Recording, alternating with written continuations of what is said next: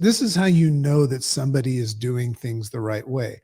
The person that says that they don't expect, they're just serving others, they don't understand the laws of the universe. You cannot give without somebody that receives. It's almost like humble harmony. It is such an honor and privilege to have him here because I have done a little bit of recon and I know him, but I want to hear his story.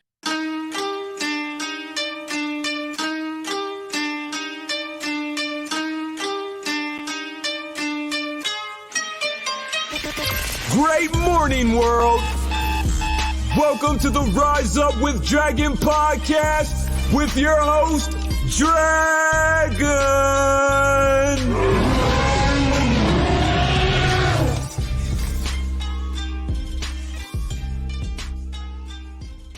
Hey, everybody, this is your boy, Dragon. Welcome to another episode of the Rise Up with Dragon podcast / show. Very excited about this guest. I always introduce myself as your boy Dragon, and he always introduces himself from what I've seen of him as your boy Ben. So you got your boys here. I don't know if you recognize this guy's face, but you will very, very soon. He is a spectacular person, but the way that I met him, you know, and my Dragon Nation, you guys will like this because, as you know, I love to just kind of freely flow and meet people synchronistically.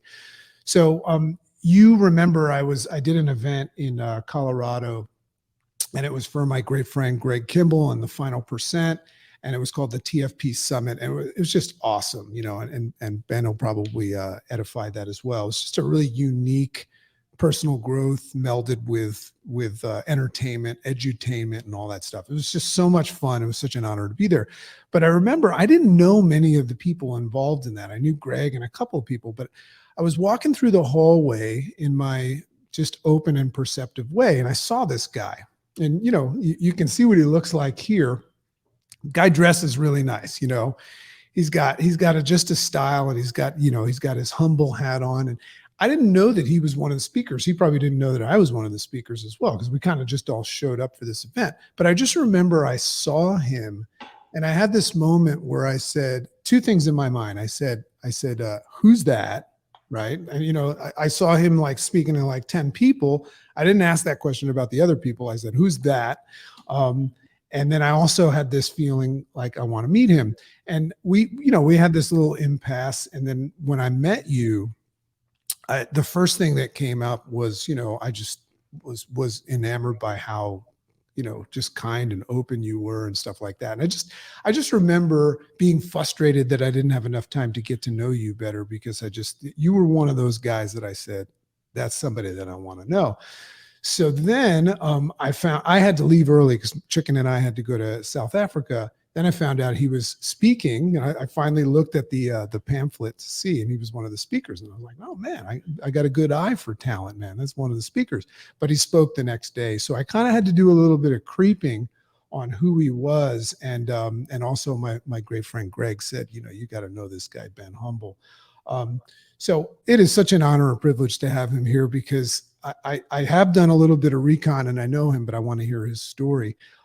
Just a couple of things, you know, just amazing to just look at. First of all, your last name is not Humble, right? That's your brand name, right? Your last name is Murasan? Yeah, man, that's correct. So we pronounce it Murashan. But before we get into it, we're here with my boy Dragon on the show with your boy Ben Humble. Let's go. Well, I got one for you. Just so you know, Ben has a YouTube channel that you got to check out. I think you'd find it by Humble CEO, right? Ben Humble CEO. Ben Humble CEO. That's right. So I came up with a little bit of a rap. Come on, man. Let's go. I was watching him, and what he does is he meets these entrepreneurs, these millionaires and stuff, and he does these raps. I want to know more about that, because I'm like thinking, well, I want one of those things. But combining the name Humble, or, you know, the concept of Humble and Dragon. So let me see if I can remember what it was. Say, this is my boy Dragon. He's humble. He ain't bragging, but you needs to jump on his wagon. Yo, and come ready to work, because we ain't shagging. Let's go, man. That's what I'm talking about.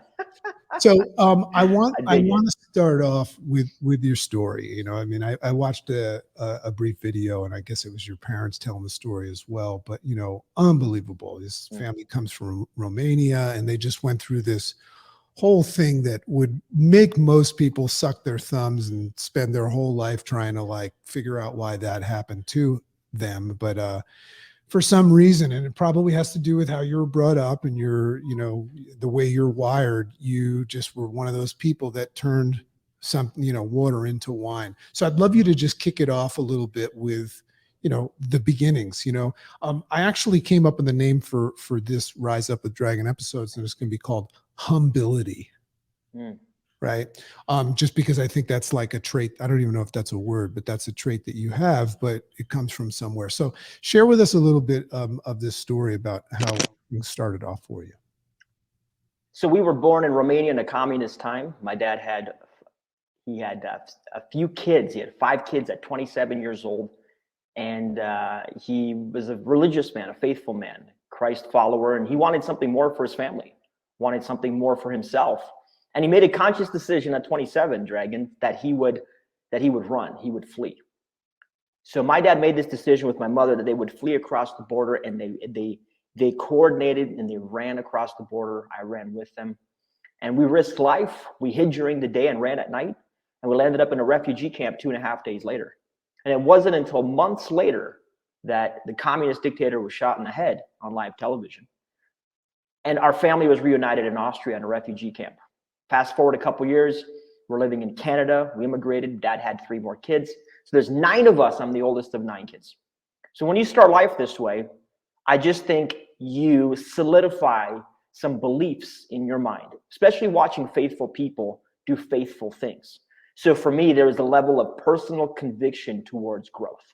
Watching my dad be a great man and make sacrifices and take on a journey that most people would never comprehend, especially at that age, is what solidified in me this belief that literally there is something bigger than government, something bigger than your friends and family, something bigger than community. You can put your faith in something bigger, which means you can do incredible things that are extraordinary, that things that people just don't see.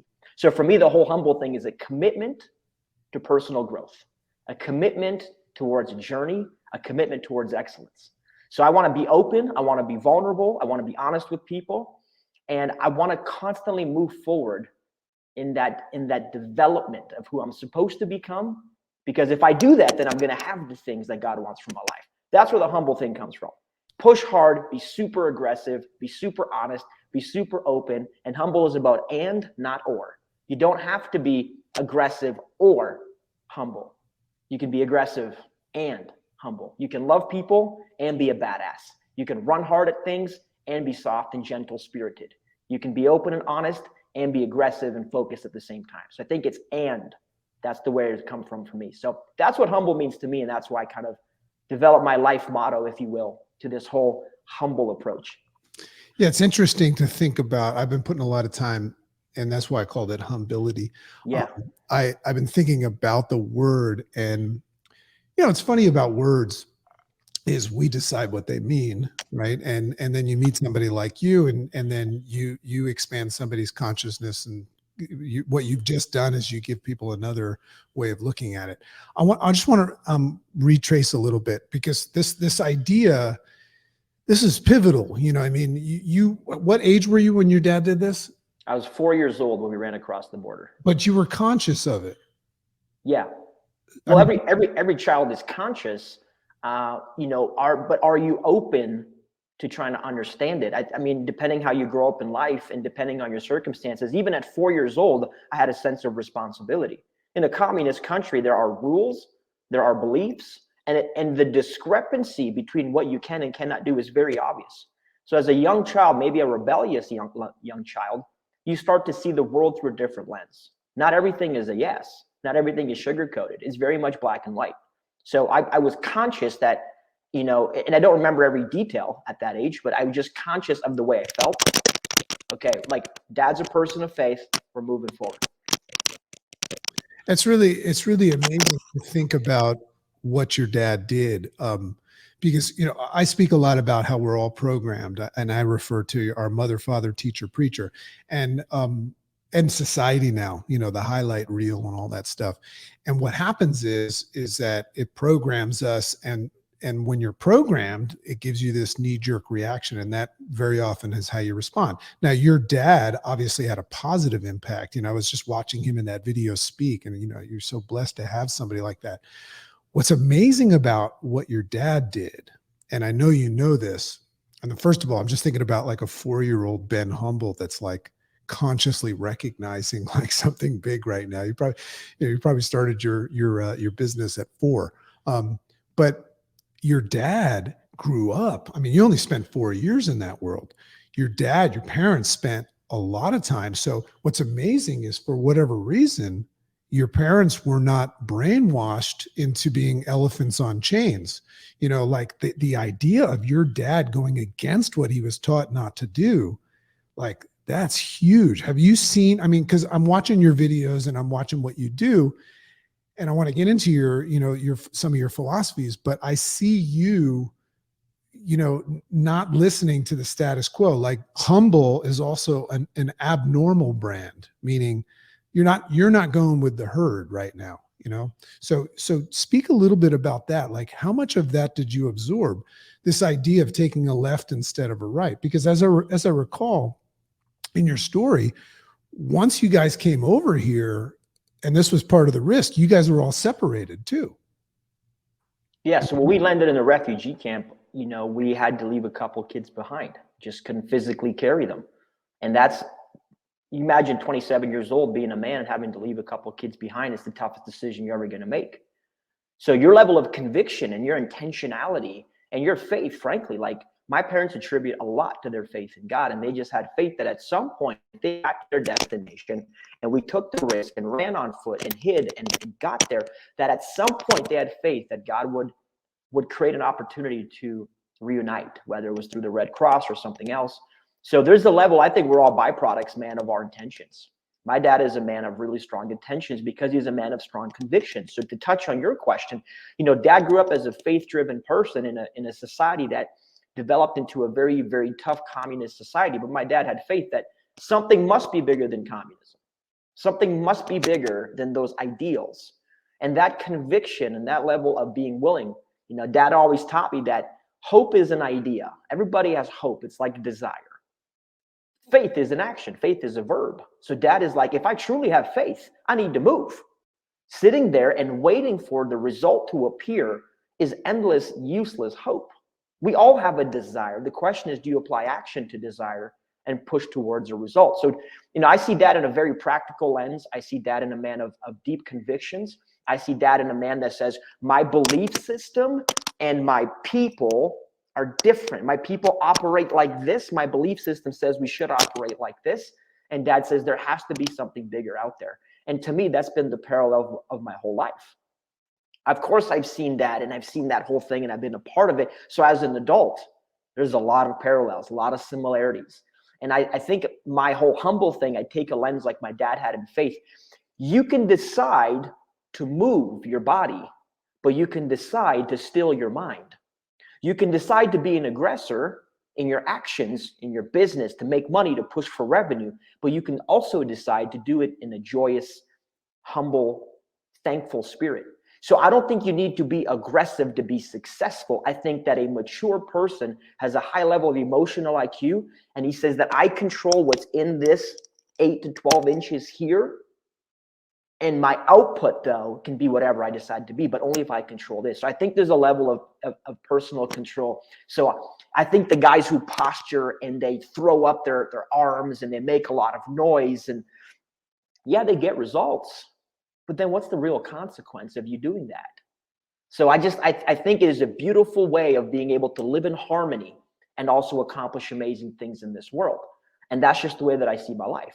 The more positive, thankful, abundant that I feel inside, the more that I'm humble, the more that I'm open with people, the more that I encounter my own challenges and difficulties, the more that I grow as a person. Everything around me grows in abundance. That's where I think abundance starts. It's an internal thing.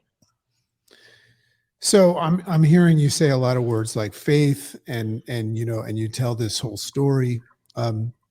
but the main thing that I hear coming out of you and the energy that there's an intensity to it, but there's also a heavy state of gratitude. Mm.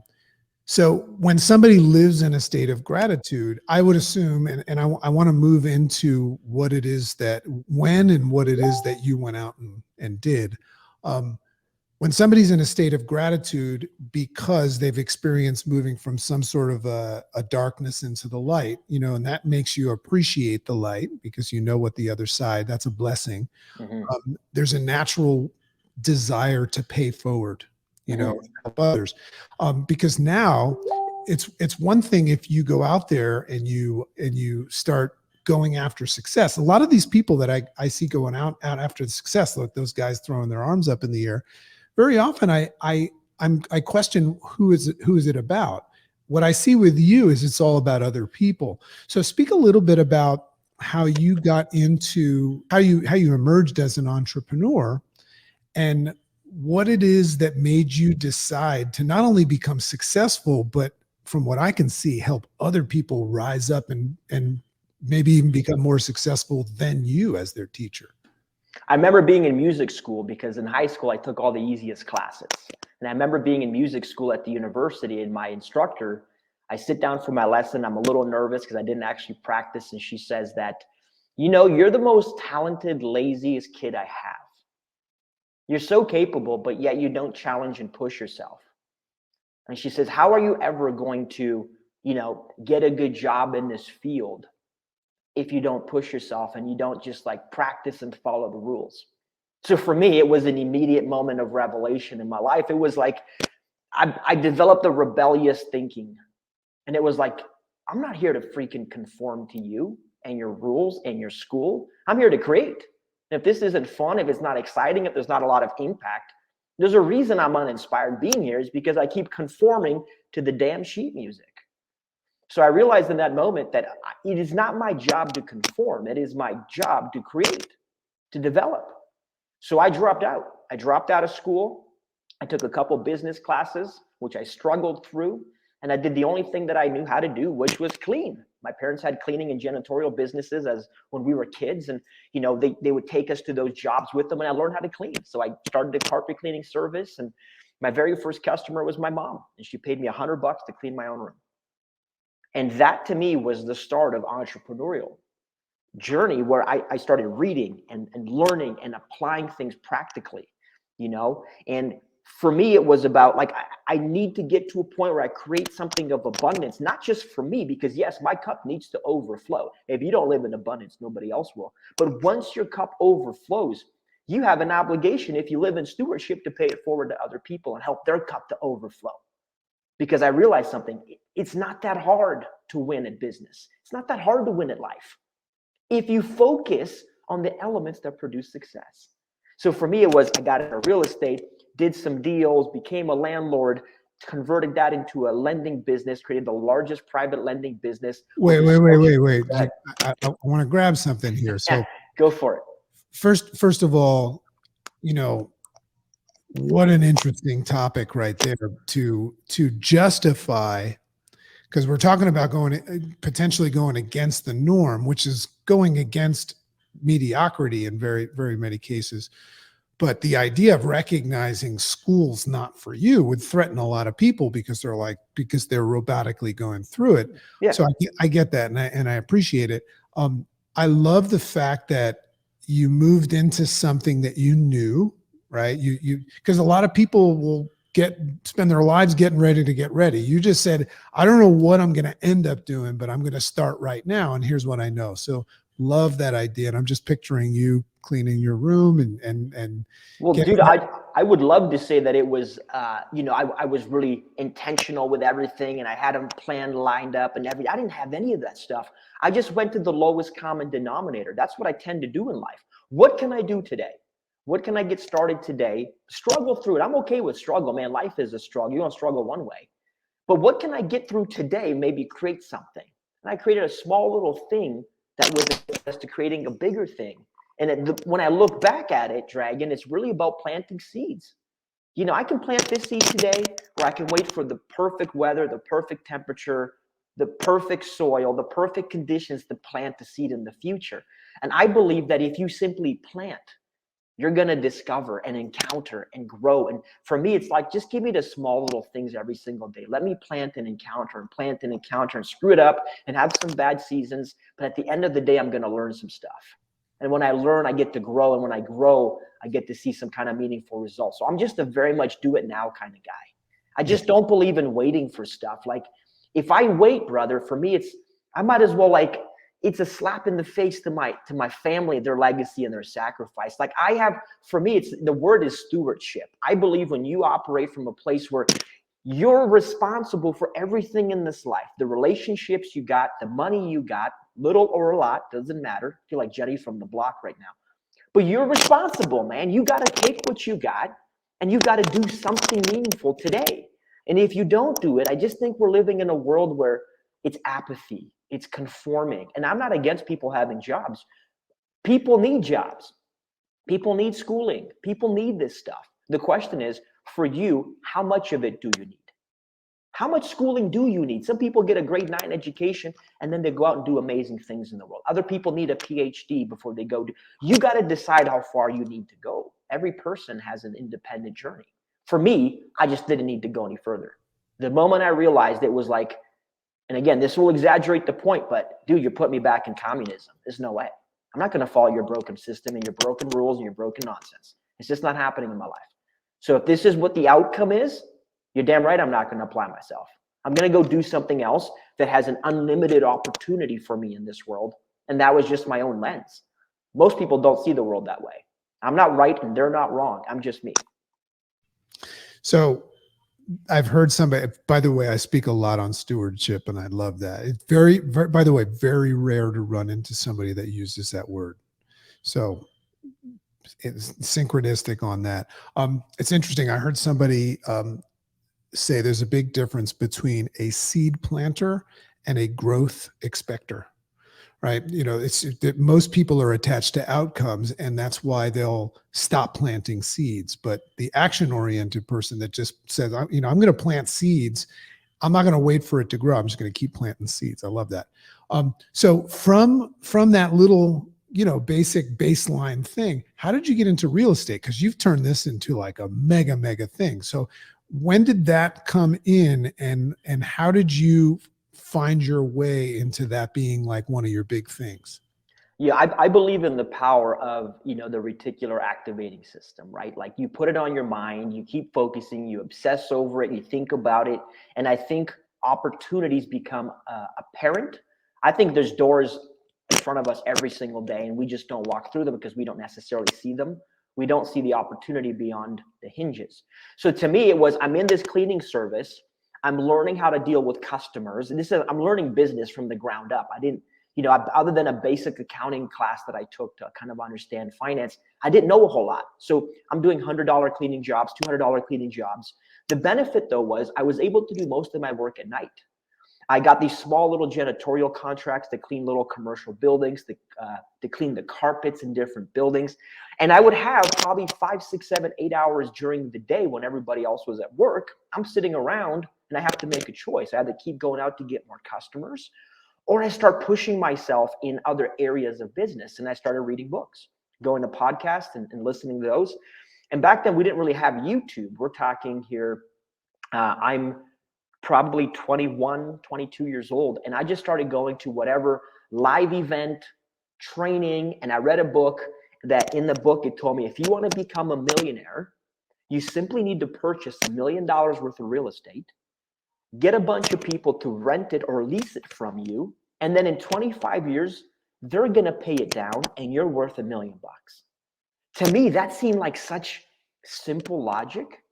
And I said, well, real estate's probably a better vehicle than carpet cleaning because I can't really do that in carpet cleaning. If I buy $1 million worth of machinery and I use it for 25 years, it's not going to make me a millionaire. That stuff's worth nothing in 25 years.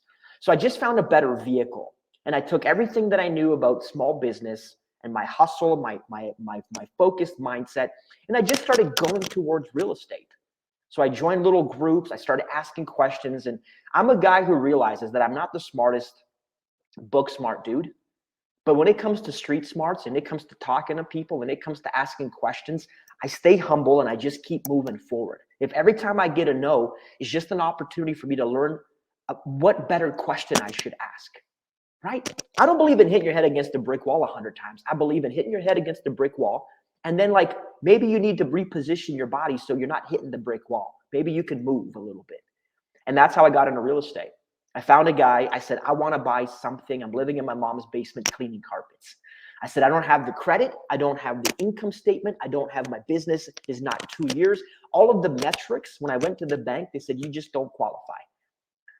But I said, can you help me? And this guy was a mortgage broker and he had a duplex. And this was a property that he fixed himself. And he was just kind of getting going in the business. And, you know, he was a little bit desperate to get rid of this property. He wanted to do some other stuff. And I said, dude, if you teach me how to do this, I'll buy the house from you. I don't even care what shape it's in. I'll clean it. I'll fix it. I'll do whatever I got to do. And he took me to a property that used to be a convenience store. And he basically converted a convenience store into a duplex. The outside looked like a convenience store. It had this ugly brick veneer. It had one parking spot. The windows were rotted. There was no fascia there. And I looked at this thing and I walked inside and I was like, this is livable. I was like, bro, help me do the financing. Help me figure out how this works. Connect the dots for me. And I'll just make a commitment and I'll buy this place from you. And I bought a duplex for $126,000 with creative financing, with leveraging whatever I had access to, the credit, the resources, my mom, whatever I needed to get in that property. And I closed on that deal. I moved into the upper. I assumed the tenants in the lower, and I was paying $156 a month plus utilities to live on my own. And dude, the moment I did that, I was 21 years old when that happened. I moved out of my mom's basement. I went to the grocery store. I bought every type of cereal you could buy because as a kid in a household of 9 children, you do not have options when it comes to cereal. You got the family pack and that's it. So I remember the moment my brother came over. I opened up my cabinets. I was like, bro, we got cereal and we got milk and we gonna tear some shit up tonight. We have all the stuff we need. And that was the catalyst for me. That was the thing that I said, if I can buy one, why can't I buy 100 of these little things? I mean, I didn't really use any of my own money. I bypassed like most of the banking stuff. I took the no's and I turned it into a yes. And my name is on this ownership. So to me, it was like I found a way around the system. 21-year-old kid with no like degree, no real job, no real income, cleaning carpets a couple hours a day, bought a property. And it cost me $156 a month plus utilities. So dude, for me, if I see it, I'm a vision guy. If I just see it once, if I encounter it, dude, then I grasp it and I can go, okay, let me go and do it. That's why I wasn't great in school. It was theory, but give me practical stuff and I get excited. That was my first deal. That's how that happened. And so, you know, I would love, you know, we got to have a jam session sometime and I got to share the similarity in my story. But just quickly, I started off, my first business venture was I was actually a chiropractor and I got out of school and I worked. It was pretty much slavery to work for somebody else. And just like you, that as Martin Luther King calls it, this fierce urgency of now, like I wanted more and I don't like when something or someone is holding me back, you know, like you probably felt when you were in school. So I left that. I had no money. I had negative money. Forget about no money. And I wanted to start my own practice. I wanted to, you know, be my own boss. And but I had no money. You know, I needed probably a couple $100,000 to buy a practice or build one. So what I did, this is my cereal cabinet. I went and I opened up a practice on the second floor in a utility closet of a pharmacy. Imagine a chiropractor, non-drug healing hands, second floor of a pharmacy in a utility closet. And here's the lesson. I got that utility closet for $300 a month. Now, everybody thought I was nuts. And I built that little utility closet practice up, which started off with my mom pretending to be a client walking out saying, oh, thank you so much. You know, and then I had the chairs in the hallway of the utility closet where I used to hand people copies of copies of copies, and then I would put the chairs in the practice. I couldn't even bend over to touch the table. But my point is this: I got that practice to where I was making like, I don't know, like $5,000 a month. So minus $300 of my overhead. And you know what's funny is I was working less and turning more of a profit than somebody that invested $200,000 into a practice that was in like that first 2 years of not being in profit. So I learned a valuable lesson. Here's what I want to pull from you. And then I really want to get into what it is that you're doing now, because you're helping a lot of people improve their wealth. And we'll have, you and I are going to have to talk on another level on another time. What I get a sense of, because there's this thing about, I believe, people like us, but I hear it from you. I don't know what it is that's driving you, but I get this kind of like mortality mentality, or you're very impatient in wasting time in life, right? Where does that come from? Because it's one thing, someone will hear this story and they'll go, yeah, that makes sense. If you run across, if you come into a wall, and you need a different vehicle, you just change it. And obviously somebody will either be scared or motivated to go take a risk like you did and say, I'm going no matter what, make that quality decision.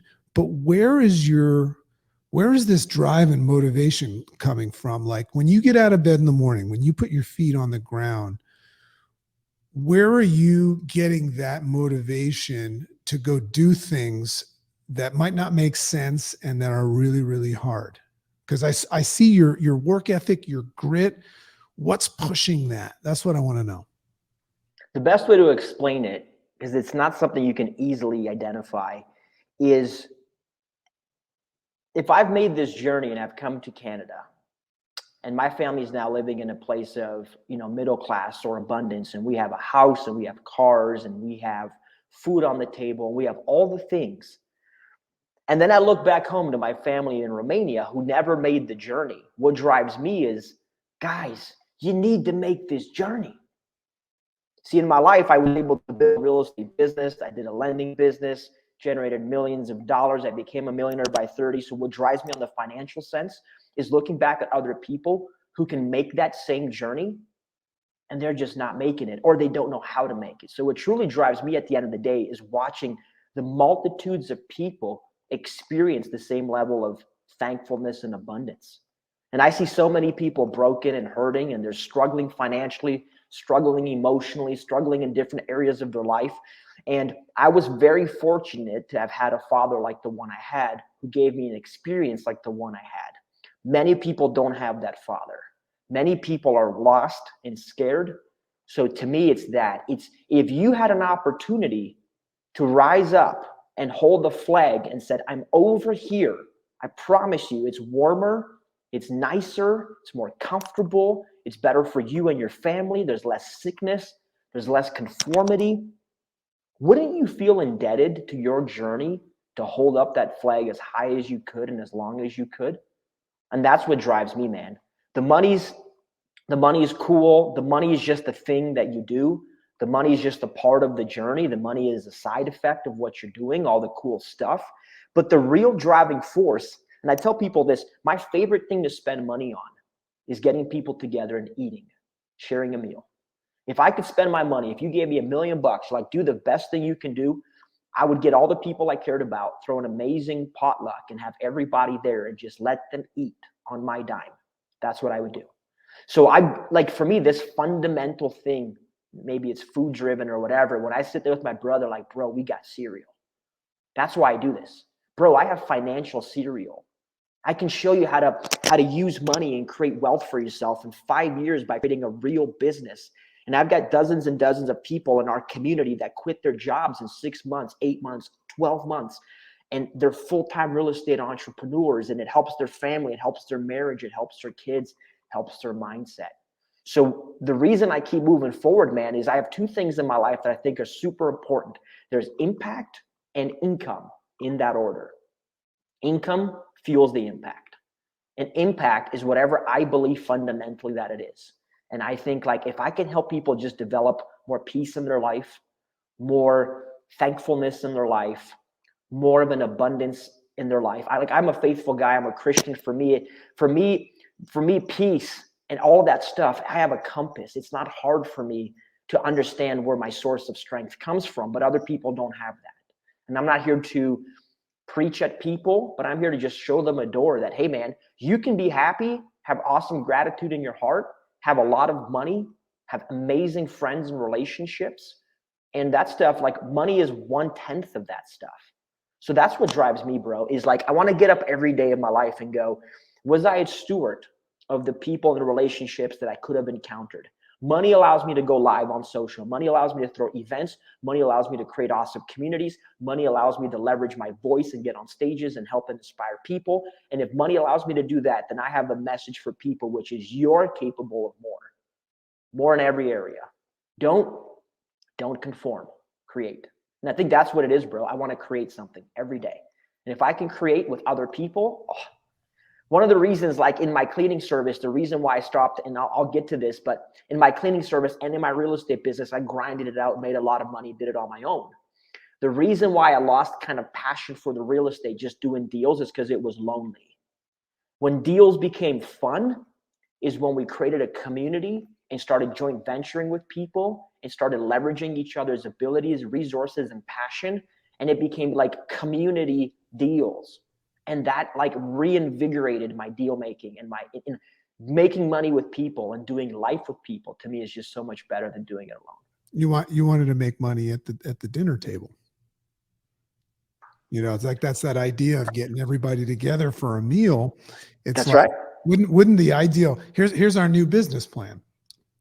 Let's come up with a new business where we just get a bunch of people that we care about on our dime, and we buy everybody dinner, and we have a discussion at that dinner that makes everybody millionaires. I mean, that's the perfect situation. That is the situation, man. And life, like, I'm a guy who loves variety. I'm not a meat and potatoes. I want to taste it all. Again, maybe where I came from. So if I get to that dinner table and all we have is meat and potatoes, I want to sit around with the people at that table, and money is all the sides. Dude, how do we go get some Brussels sprouts? How do we go get us some collard greens? How do we go get us some mashed potatoes? How do we go get some of the better juice? How do we fill this table together? Because individually we're all having the same meat and potatoes. And I just think life is cooler when you know you've tasted the Brussels sprouts. You know you've had some of that better jam, you know? That to me is money. Money just fuels the experience of life, how much of life you get to do with people, and the quality of life you get to do with people. So yeah, man, I think you're right. Get to the table. Let's build something. Let's do it together. There's something there. There's something about that table, man. I'm going to probably do a whole show on that one day. I love that idea. So what I'm hearing from you is that you are very, very, attached to, a lot of people go after their dreams, but what's interesting about you is your dreams are a product of everybody else's dreams. All I hear him saying, everybody, is that he's more focused now on them and rising them up. He's just figured a way of making that his, source of income as well. I mean, that's the ideal situation. Here's a question, and this is sometimes a hard question for people. What's in it for you? What's in it for you to go out there? Because, I want you to talk, just let everybody know about Cashflow Tribe and some of the financial stuff and the masterminds that you're doing. But what does Ben Humble get out of it? Because there's a misperception in life when you see somebody and say, this guy's an angel from heaven, he's a servant to the people, and he's selfless, which I think is bullshit. There's no such thing as selfless. Human beings don't think, say, or do anything that don't have value. It could be a moral thing, but this whole thing that you're doing, and you haven't even begun yet. If I have all my chips right now, I'm putting it on Ben Humble, right? Because it's a sure thing, because he's not going to quit. He's going after it. But what are you getting out of this? People view life in a very finite binary way of like, or I need to make money or do this. And don't idolize me or my belief system, or like, I'm not your superhero. All I believe fundamentally, like Jim Rohn really touched on it, help enough other people, you get what you want. I believe life is and. Dude, I can make millions of dollars and help a lot of people. And in fact, my belief system is that if I work with a lot of people, I will make millions more. And whether I give that money away, whether I use that money to create something of abundance, or whether I use it to build bigger tables, I just don't think you have to choose. Like, if you can make $1 million with friends and people and have an experience, then why would you do it alone? I don't believe you're going to make more money by yourself. So I guess I don't want to create a false sense of altruism here. I think altruism is awesome, and you get to participate in that when you finally understand the way the world works, which is it was designed to work with people. It was designed to create better things. And what I love to do, man, is in my companies, I build stuff and then I allow people to grow it. I build it with people. I let them have ownership. I let them create areas of their life. I'm not here handing out fish. I don't want to create the impression that I'm giving everybody a fish, man. I want to teach people how to fish. But what do you get out of that? Everything. Tell me. Money, relationships, gratitude. I get to have impact. I get to know that I invested in and I was part of other people's lives. I get to have better relationships with people because I create something when you create a bond with people. I think if you build things with people, there's a deeper connection with them.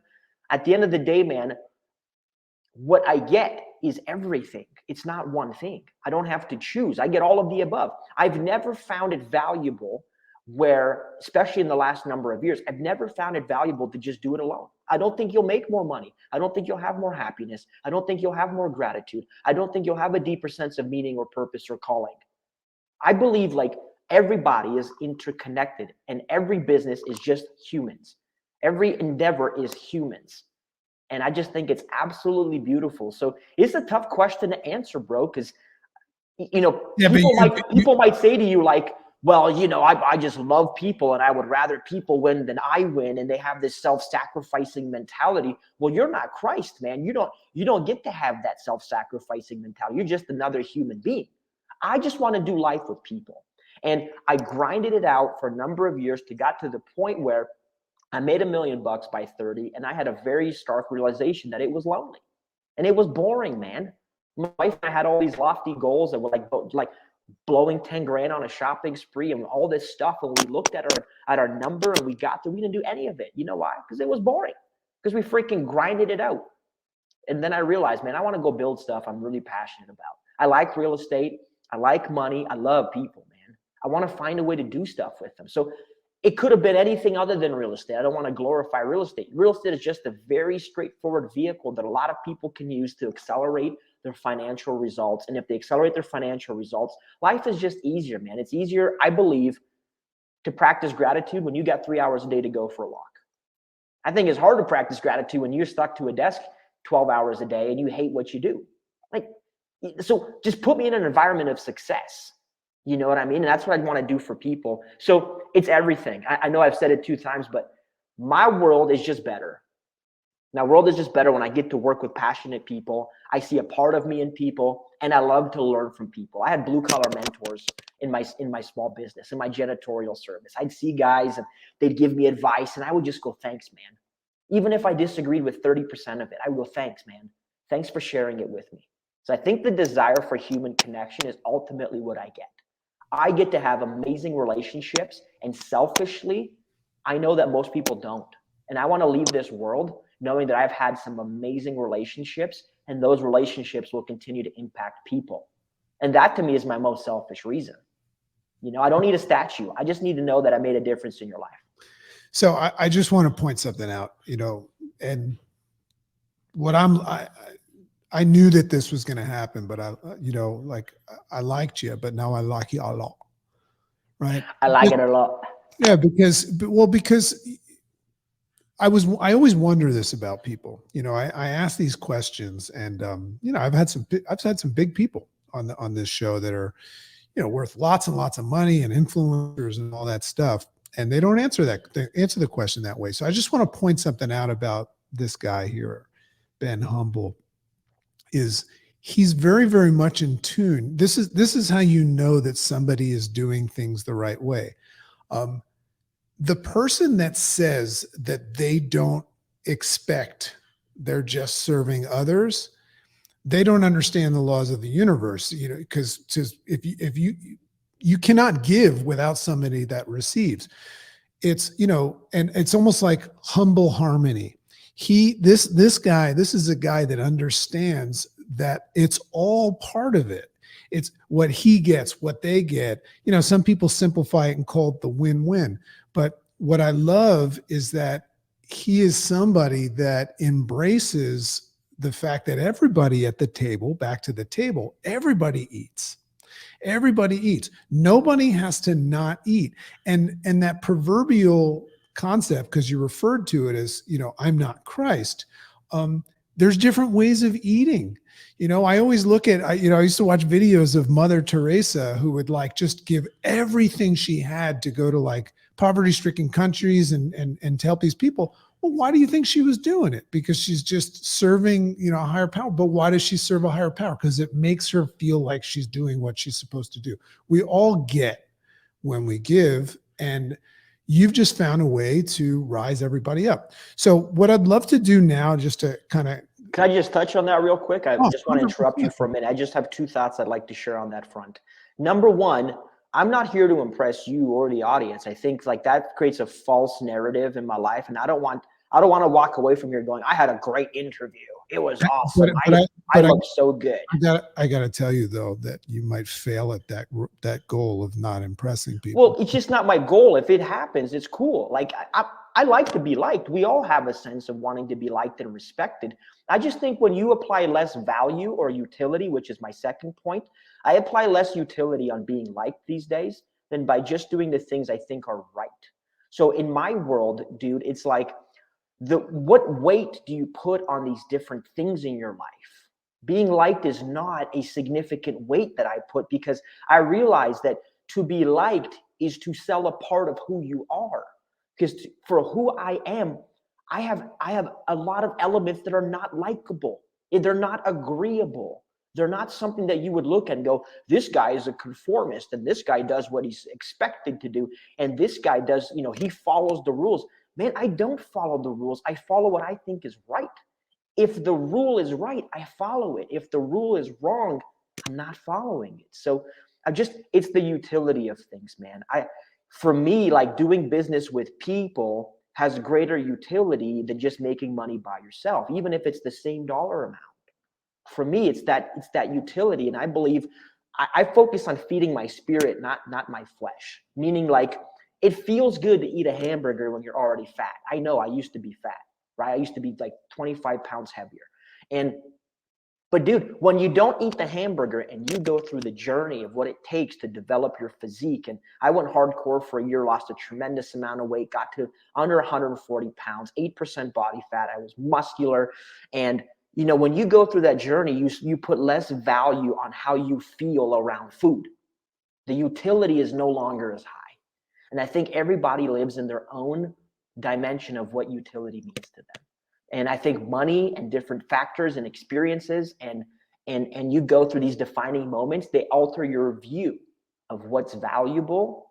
And I just wanted to add that input there. For me, value in this conversation is maybe finding one person in this audience, or 1,000 or 1,000,000, who go, wow, that connected with me deeper than the words. And that to me is, dude, that's the only thing that matters to me, utility. Whether you get 10 likes or 10 billion likes, I think that's cool. Whether you make money on this or not, I think that's cool. Whether I can make money with groups of people, and that's amazing, but I could just also make a bunch of money and give it to groups of people. I just want to do it with people. Yeah. Just thought I'd throw that in.